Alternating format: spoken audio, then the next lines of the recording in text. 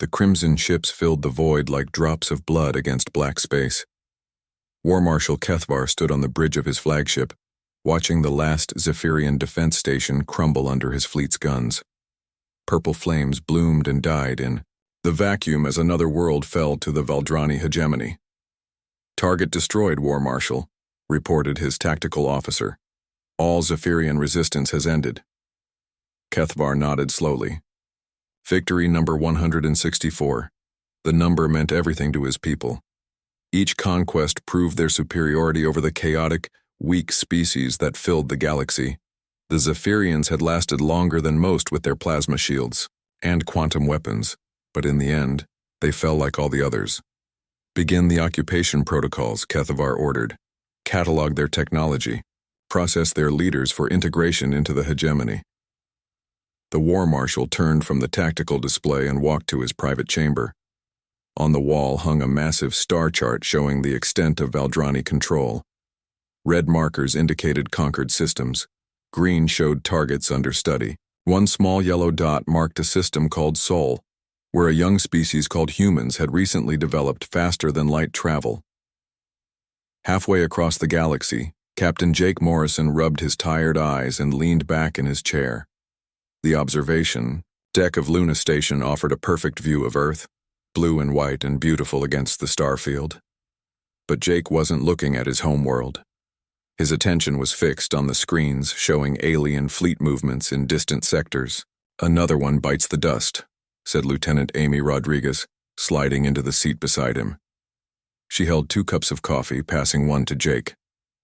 "The Zephyrians held out for 3 months. That's longer than most." Jake accepted the coffee gratefully. "Did you see how they did it? Same pattern every time. Study the target for months, find the weak points, then hit fast and hard with overwhelming force." Amy pulled up the tactical analysis on her tablet. "Look at this. The Valdrani scouts spent half a year mapping Zephyrian patrol routes, defense grids, even supply schedules. When they attacked, they knew exactly where every ship would be. Methodical," Jake agreed. "Precise. No wasted effort." He paused, watching the data scroll past. "Boring. Boring wins wars, Captain. Does it?" Jake turned to look at her. "Amy, how many species have fought these Valdrani and won?" "None. 0. That's kind of their thing." Jake nodded thoughtfully. The Valdrani hegemony had appeared in galactic affairs about 50 years ago. A militaristic species with red-scaled skin and a rigid social structure based on military rank. They conquered worlds the way other species collected stamps, systematically, efficiently, without emotion. Their method never changed. Scout the target for months or years.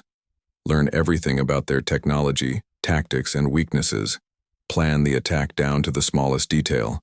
Execute with overwhelming force at precisely the right moment. Accept surrender. Move to the next target. It worked because most species fought the same way their neighbors did. Similar weapons, similar strategies, similar thinking. The Valdrani studied each enemy like scientists studying insects, then dissected them with surgical precision. On Earth, Admiral Kevin Blake sat in a conference room deep beneath the Pentagon. The holographic display showed the same tactical data Jake was reviewing on Luna Station. Around the table sat representatives from every major Earth government and military organization. "Ladies and gentlemen," Blake began, "we have a problem. The Valdrani hegemony has been gathering intelligence on human space for the past 2 years. Our deep space monitoring stations have detected their scout ships in 17 different systems." General Patricia Wells leaned forward. "What kind of intelligence?" "Everything," Blake replied grimly. "Ship movements, defense installations, technological capabilities, political structures. They're building a complete profile of human military capabilities." "So they're planning to attack us," said Colonel Lisa Carter via video link from Aegis Prime. "When?" "Our xenobiology experts estimate within the next 6 months. Dr. Foster's team has been studying Valdrani behavior patterns. They don't move until they're completely confident of victory." Dr. Ryan Foster, a thin man with graying hair, activated his own display. "The Valdrani psychology is fascinating from a scientific standpoint. They value order, hierarchy, and proven Methods above everything else. Innovation is seen as unnecessary risk. Why develop new tactics when the old ones always work? That's worked for them so far, noted Amy Rodriguez, who had joined the conference from Luna Station. 164 victories and counting. Exactly, Dr. Foster continued. But it's also their weakness. They prepare for the enemy they observe, not the enemy they might face in actual combat. They've been watching our peacetime military exercises and standard patrol routes. They think they understand how humans fight. Admiral Blake stood and walked to the display. Do they? Dr. Foster smiled. Not even close. Human military doctrine is unique in the galaxy. We're the only species that regularly trains our forces to abandon established tactics when the situation demands it. We call it adaptation. Other species call it chaos. The question is, said General Wells, do we tell them they're making a mistake? No, Blake replied firmly. We let them think they know us. Meanwhile, we prepare for war the human way. Which is, creatively. Back on his flagship, War Marshal Kethvar reviewed the intelligence reports on humanity. The species showed promise. They had developed effective spacecraft and energy weapons relatively quickly, but their military organization was chaotic. Multiple competing governments, dozens of different combat doctrines, no unified command structure. Humans appear to value individual initiative over coordinated strategy, his intelligence chief reported. Their training exercises show lack of discipline. Pilots frequently break formation to pursue individual targets. Ground forces often ignore orders from superiors. Kethvar found this puzzling. How had such a disorganized species survived long enough to reach space? What about their technology? Adequate but unrefined. Their weapons are powerful but crude. Their ships are fast but poorly armored. They seem to prefer quantity over quality, in most areas. Estimated resistance duration? 7 solar cycles at most, War Marshal. Possibly fewer if we target their leadership effectively. Kethvar nodded. Another easy victory, then. The humans would join the long list of species that had learned too late that the galaxy belonged to the strong. He began planning the attack with the same methodical precision that had never failed him. On Earth, the preparations continued in secret. Weapons were moved, ships were modified, and strategies were developed that existed nowhere in any military manual. The Valdrani had studied humanity for 2 years, but they had only seen what humans wanted them to see. They had never seen humans angry. The stage was set for the hegemony's 165th conquest, or their first defeat. Time would tell which number would define their legacy. War Marshal Kethvar stood before the Hegemony Council, his red scales gleaming under the harsh lights of the war chamber. Behind him, a massive holographic display showed the Sol system in perfect detail. Every planet, every moon, every human. Installation glowed with tactical data gathered over 2 years of careful observation. Honored counselors, Kethvar began, his voice carrying the confidence of 164 victories. I present the invasion plan for the human homeworld of Earth. The 12 council members leaned forward in their seats. Each had commanded fleets and conquered worlds in service to the hegemony. They understood war in all its forms, and they recognized the thoroughness of Kethvar's preparation. The human species presents several tactical advantages for our forces, the War Marshal continued. Their political structure is fragmented. No less than 7 major power blocks control their military forces, with dozens of smaller factions.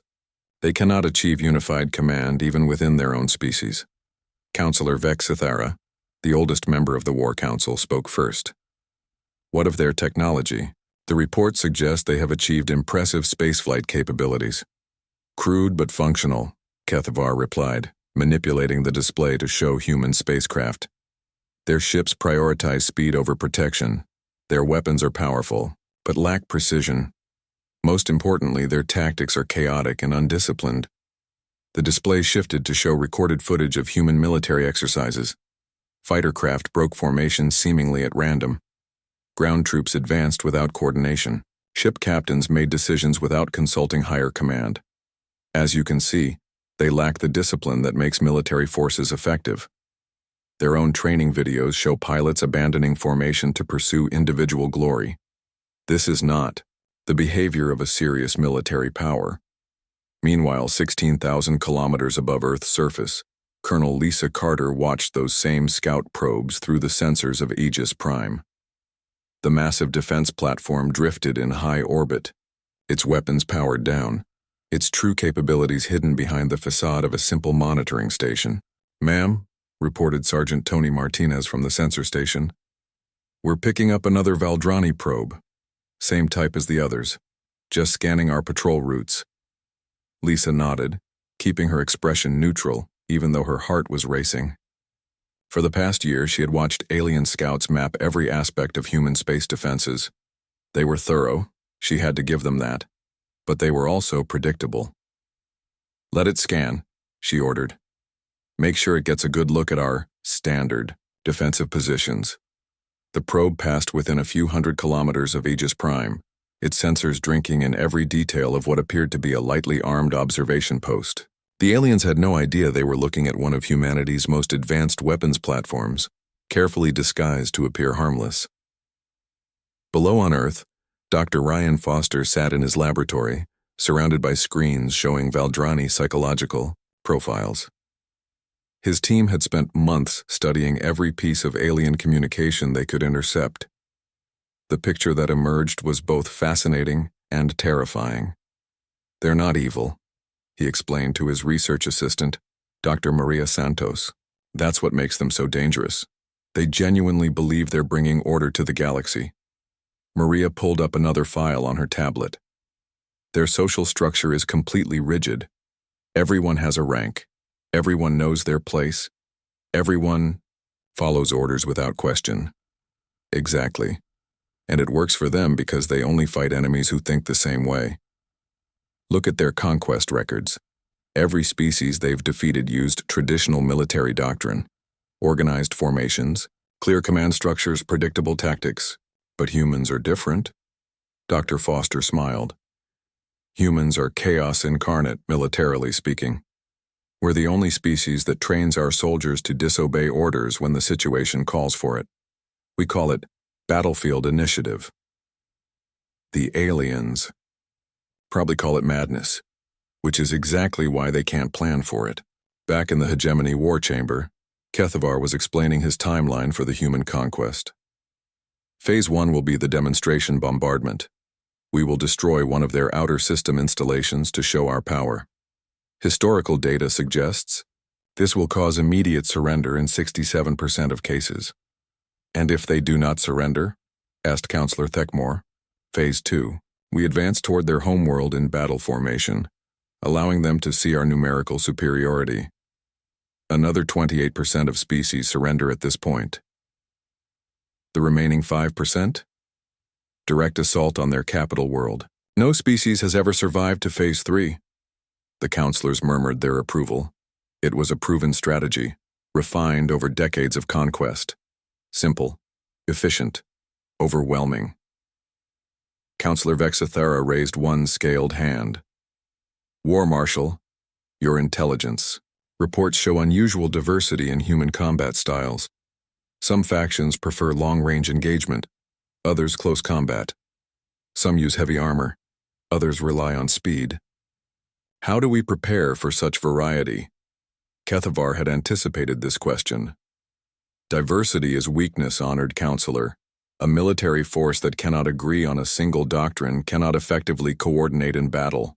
We will exploit their confusion by maintaining our proven formation tactics." On Luna Station, Captain Jake Morrison was having a very different conversation with Lieutenant Amy Rodriguez.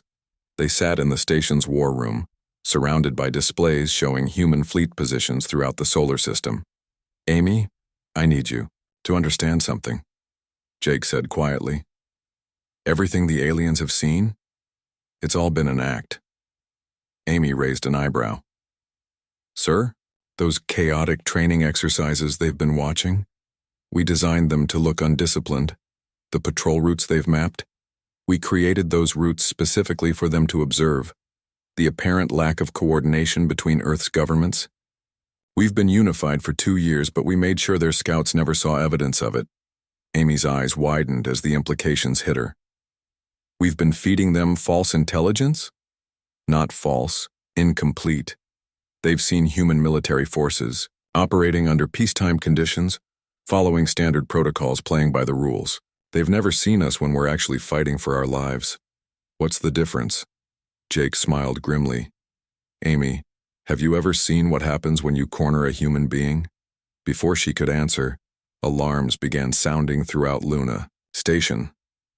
On the main display, red contacts appeared at the edge of the solar system. Dozens of ships, massive and powerful, moving in perfect formation toward Earth. Well, Jake said, standing to address his crew, I guess we're about to find out. Admiral Kevin Blake received the alert in his command bunker and immediately activated the secret communication network that had been 2 years in the making. Across Earth and throughout human space, military commanders received a simple message. The show is over. Time to get to work. On Aegis Prime, Colonel Lisa Carter watched as her monitoring station transformed. Weapon ports opened, revealing particle beam arrays that had been hidden for months. Shield generators came online, creating defensive barriers that the alien scouts had never detected. The disguise fell away to reveal what Aegis Prime truly was, a fortress designed specifically to kill alien warships. Dr. Ryan Foster looked up from his research as emergency lights bathed his laboratory in red. After 2 years of studying Valdrani psychology, he was about to see if his theories were correct. The aliens expected to fight the humans they had observed, disciplined, predictable, easily conquered. Instead, they were about to meet the humans they had never seen, creative, adaptable, and absolutely furious that someone had dared to threaten their home. The Valdrani fleet continued its approach, confident in their intelligence, certain of their victory. War Marshal Kethvar began final preparations for what he believed would be conquest number 165. He had no idea he was flying into the galaxy's first lesson in human creativity under pressure. The Valdrani fleet dropped out of hyperspace at the edge of the Sol system like a crimson tide.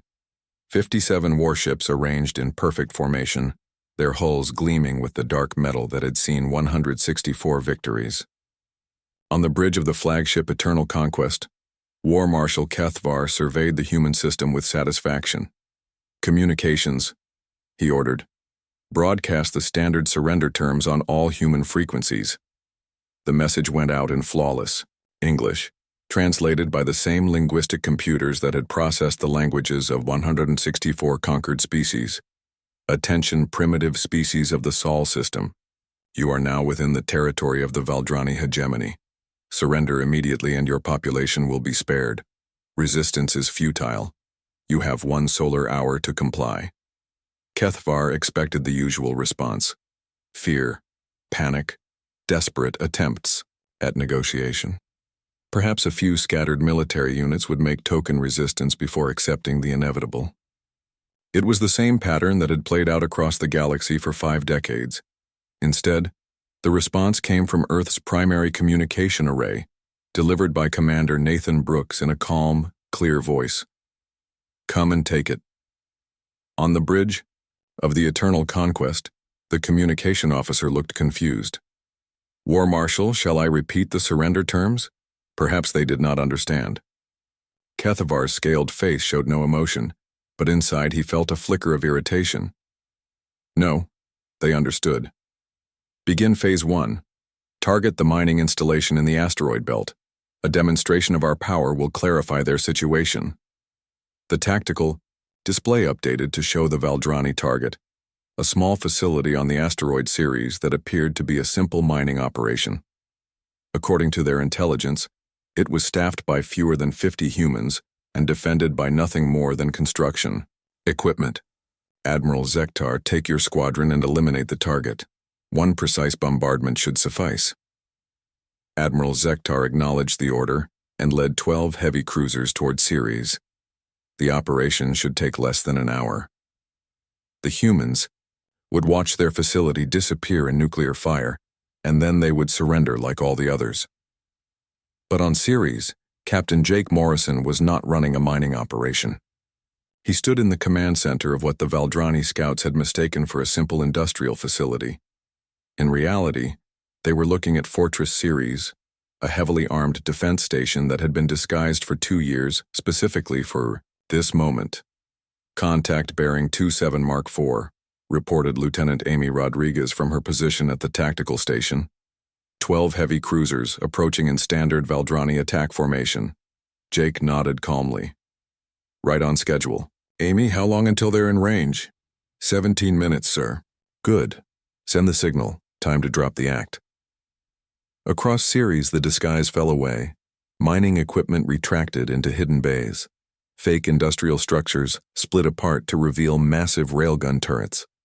What had appeared to be ore processing facilities transformed into missile launch platforms.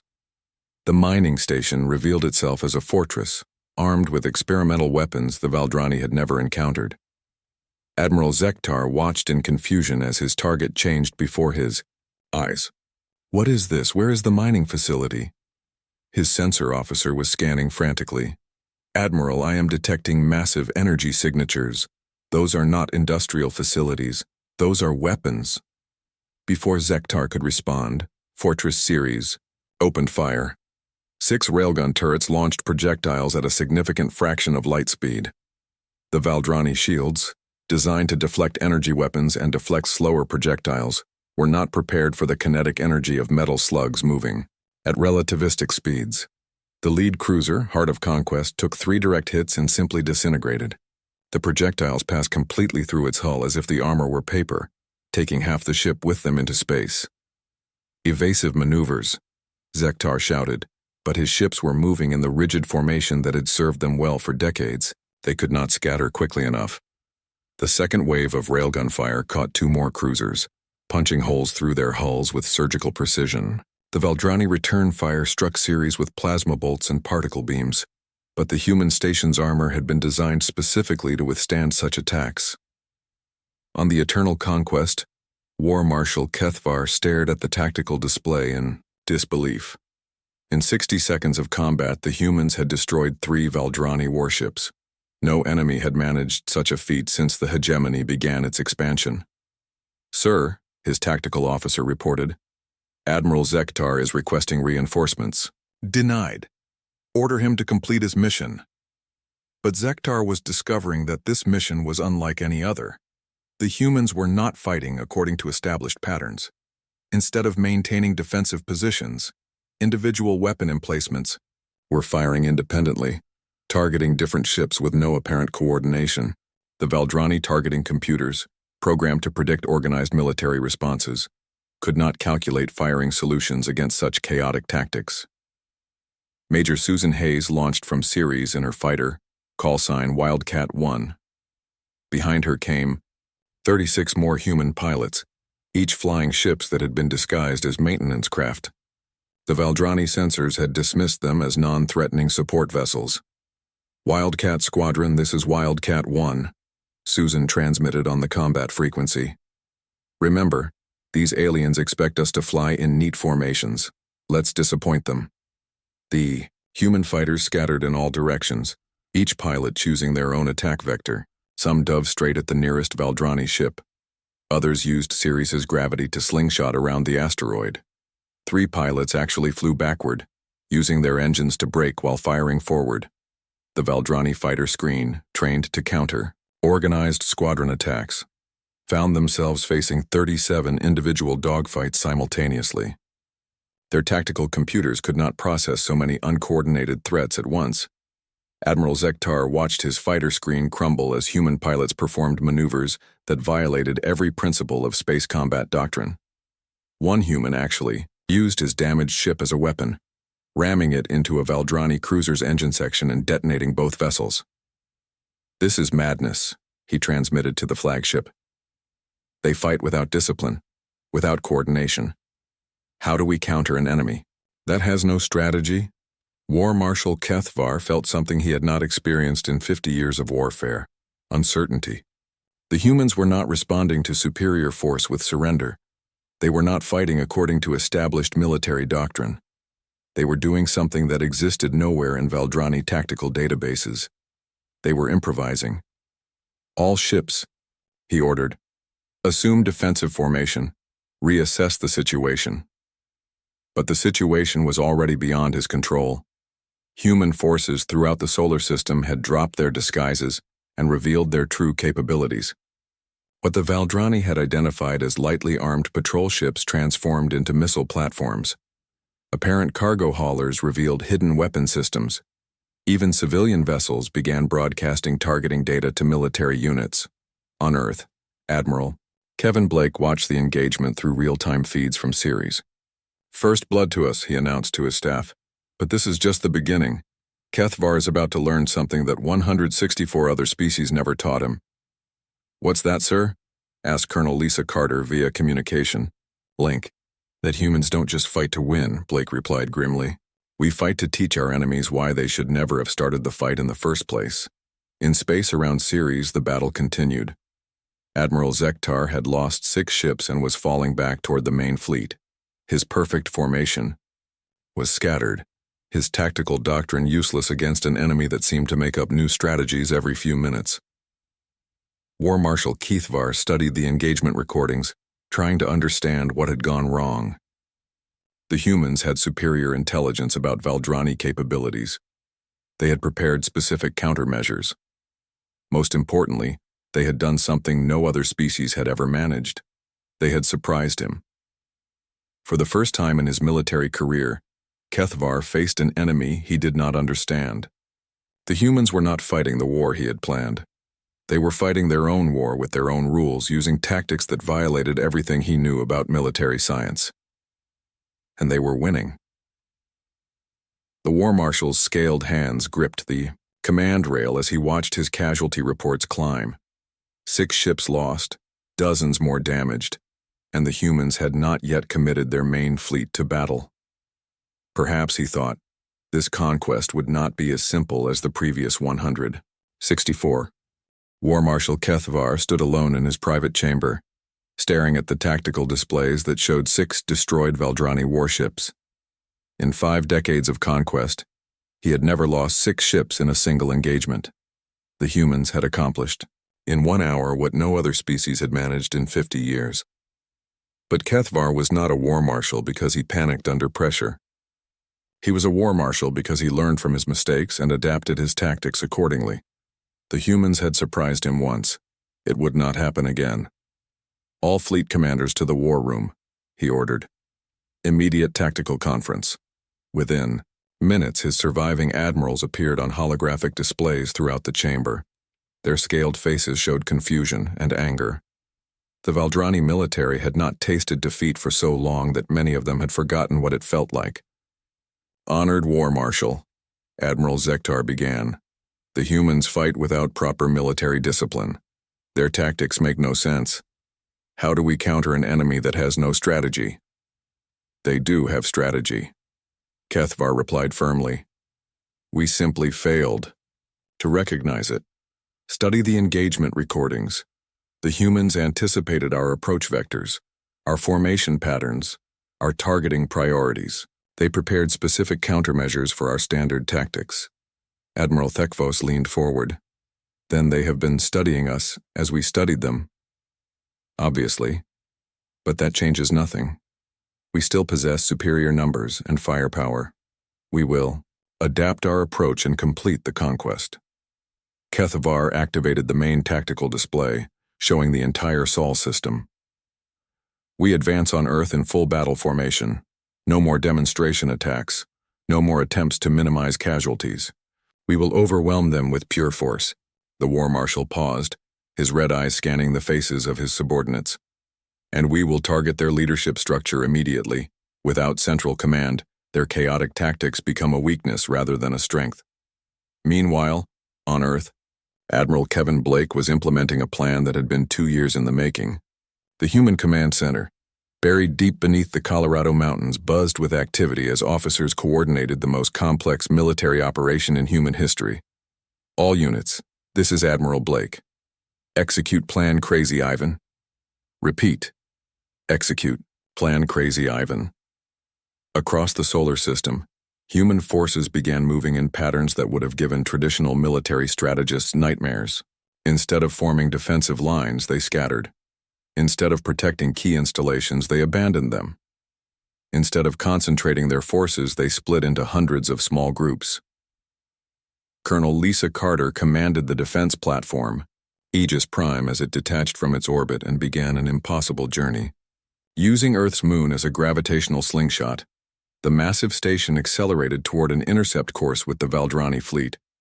The maneuver required precise timing and would put Aegis Prime in position behind the alien formation.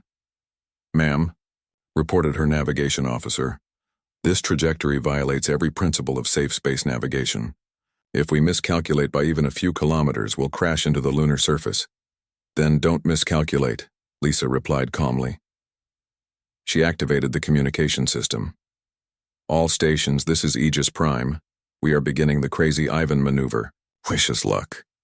The massive defense platform skimmed the lunar surface at a height of less than 100 meters, using the moon's gravity to bend its trajectory into an impossible attack vector. No sane military commander would attempt such a maneuver because no sane military planner would expect an enemy to try it. But humans, as Dr. Ryan Foster had noted, were not always sane when it came to warfare. Captain Jake Morrison led a squadron of modified civilian vessels toward the Valdrani fleet. His ship, the merchant vessel Free Enterprise, had been converted into a missile platform over the past 6 months. To Valdrani sensors, it appeared to be a harmless cargo hauler fleeing the battle zone. Behind him came 2 passenger liners fitted with energy weapons, a luxury yacht carrying experimental torpedo systems, and a mining ship equipped with industrial, cutting lasers that had been modified for combat use. The Valdrani targeting computers, designed to prioritize military threats, struggled to classify vessels that blurred the line between civilian and military. "Remember," Jake transmitted to his squadron, "we're not warships. We're civilians defending our homes. Fight like it." Lieutenant Amy Rodriguez, now commanding her own vessel, understood exactly what Jake meant. Military doctrine called for coordinated attacks, organized formations, and predictable tactics. But they were not military vessels anymore. They were humans protecting their families, and humans in that situation did not follow rules. Amy's ship, the converted freighter Last Stand, accelerated directly toward the largest Valdrani dreadnought. Her sensors showed the alien vessel tracking her approach, but their weapons remained silent. According to their programming, she was a fleeing civilian vessel, not a military threat. The aliens realized their mistake when Amy launched every missile in her cargo bay directly into their engine section. War Marshal Kethvar watched the engagement unfold with growing frustration. The humans were not fighting a military battle. They were fighting a civil defense action, using tactics that existed nowhere in any military manual. Cargo ships became weapons platforms. Passenger vessels turned into assault craft.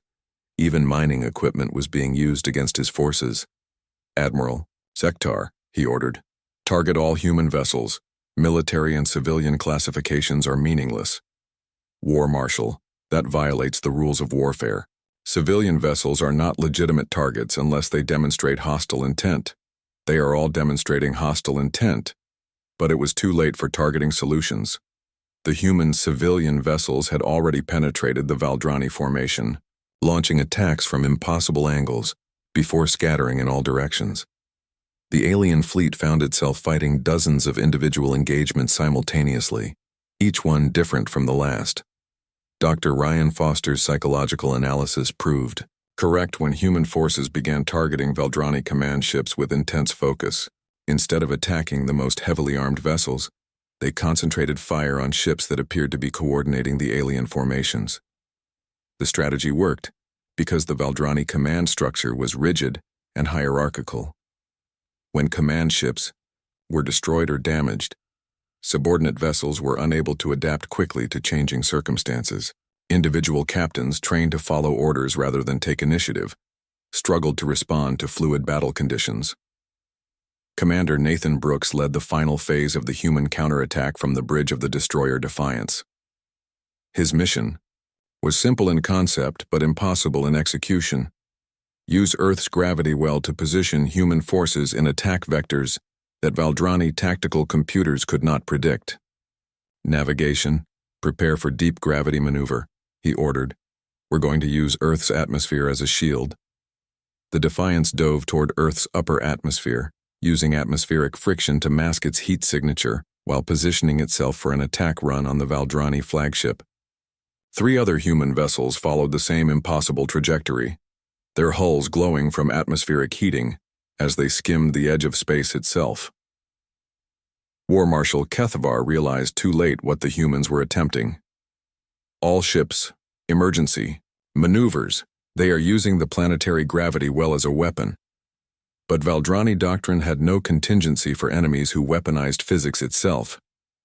The human vessels emerged from their atmospheric dive with perfect positioning for close-range attacks on ships that had never expected to face threats from the direction of the planet they were attacking.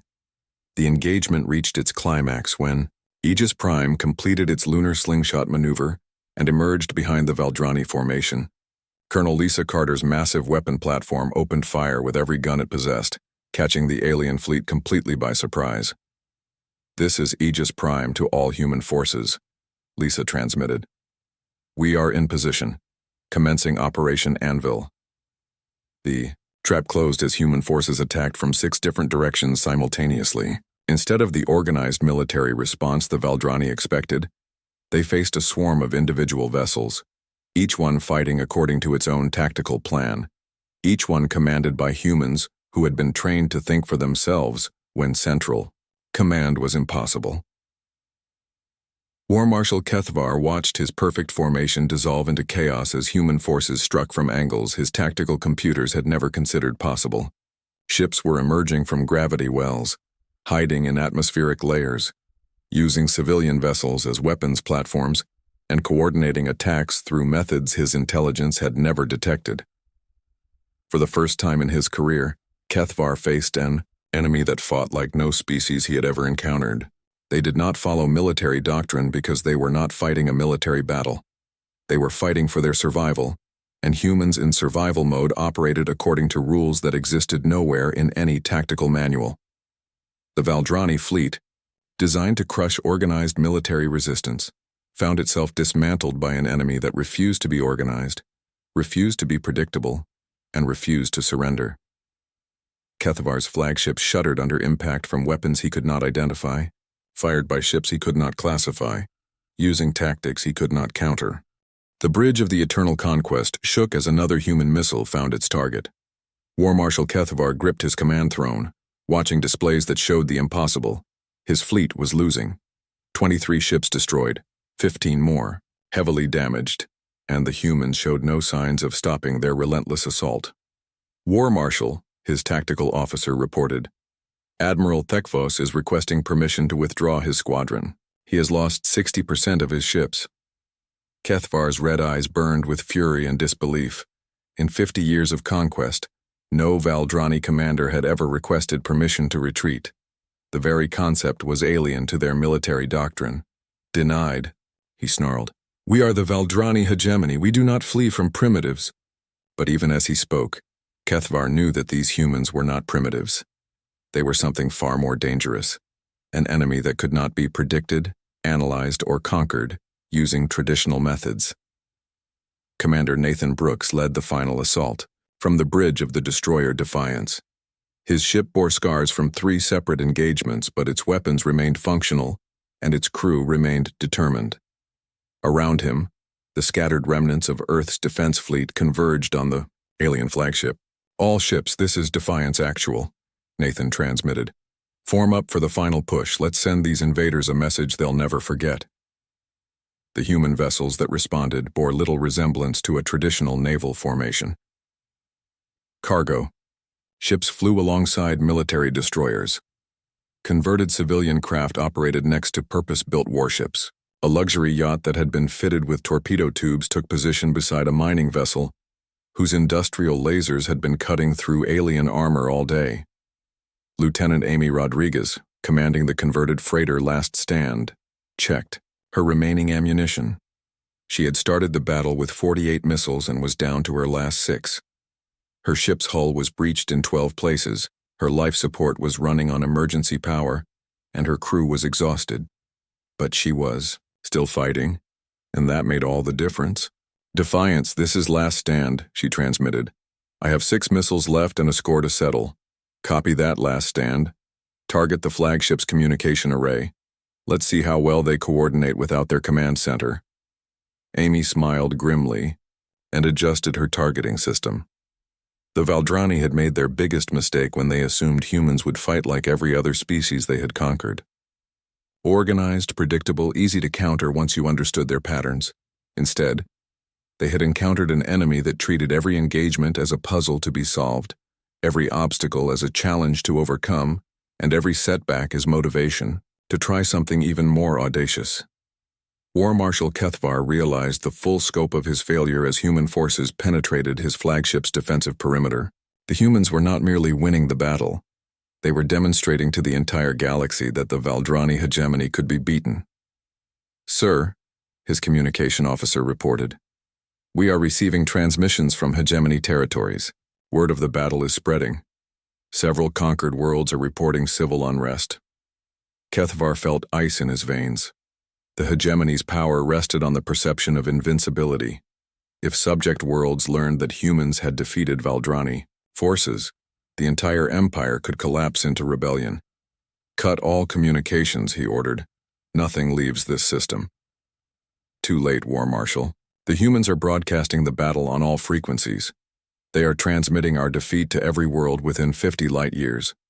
Captain Jake Morrison, still fighting from Fortress Ceres, had indeed opened every communication channel his station possessed. Using captured Valdrani encryption codes, he was broadcasting the engagement to every corner of hegemony space. "This is Captain Jake Morrison of the Human Defense Force," he transmitted in a dozen alien languages.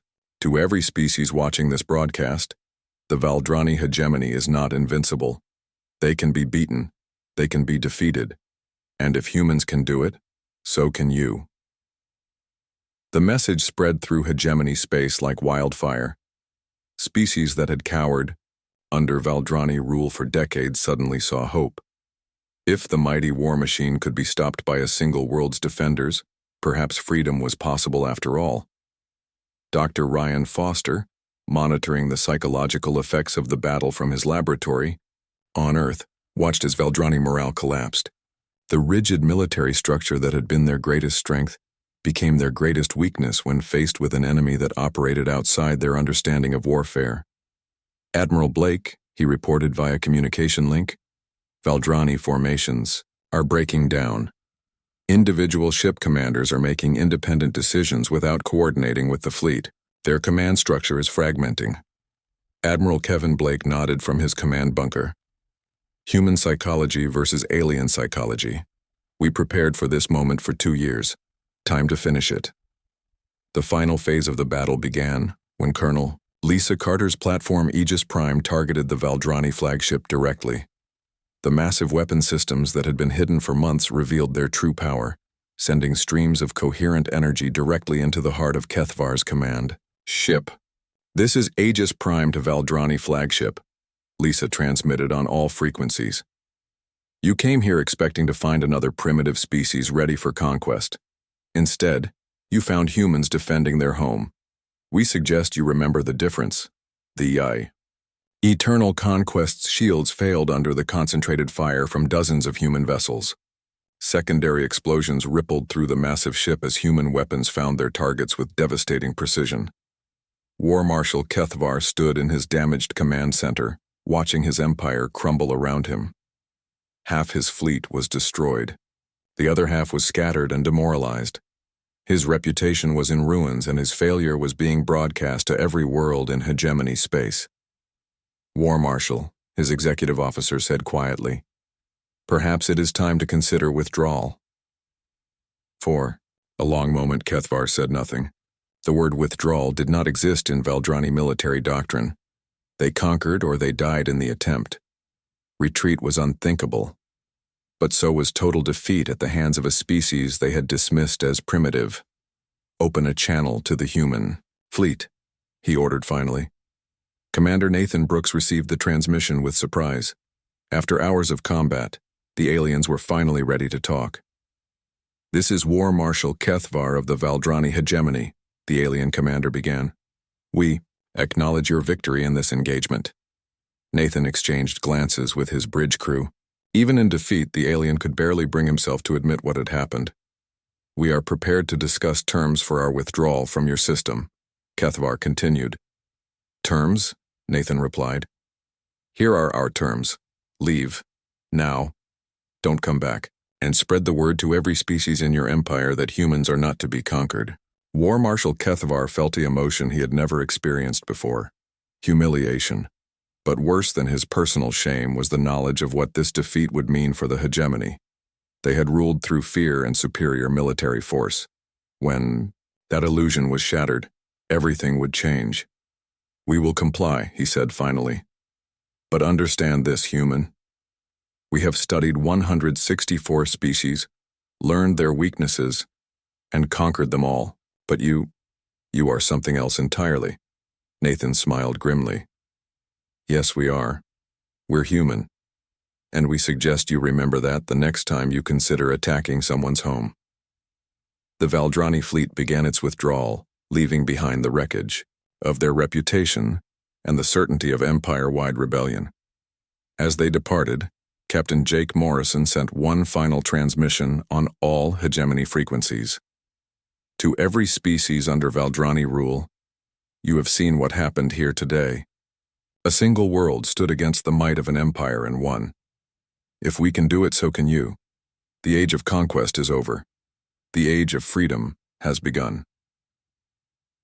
War Marshal Kethvar watched the Sol system shrink behind his damaged flagship, knowing that he was returning home not as a conqueror, but as the architect of the hegemony's downfall.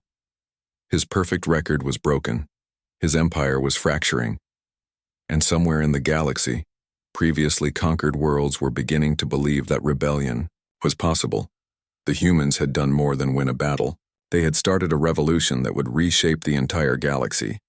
And they had done it by being exactly what no alien military mind could understand or counter. Unpredictably, chaotically, creatively human. The Valdrani hegemony had won 164 consecutive victories through superior tactics, overwhelming force, and careful planning. They lost their 165th battle because they faced an enemy that weaponized chaos itself, turned their greatest strengths into weaknesses, and fought with the desperate creativity of a species defending its home. In the end, the lesson was simple. Never underestimate what humans are capable of when someone threatens the people they love. The Valdrani had learned this lesson the hard way, and the galaxy would never be the same. As Earth's defenders began the long task of rebuilding and preparing for whatever came next, one thing was certain: humanity had announced its presence to the galaxy in terms that no one could ignore or forget. They had taken the galaxy's most feared military force and taught them why humans should never be underestimated. The age of human space had begun,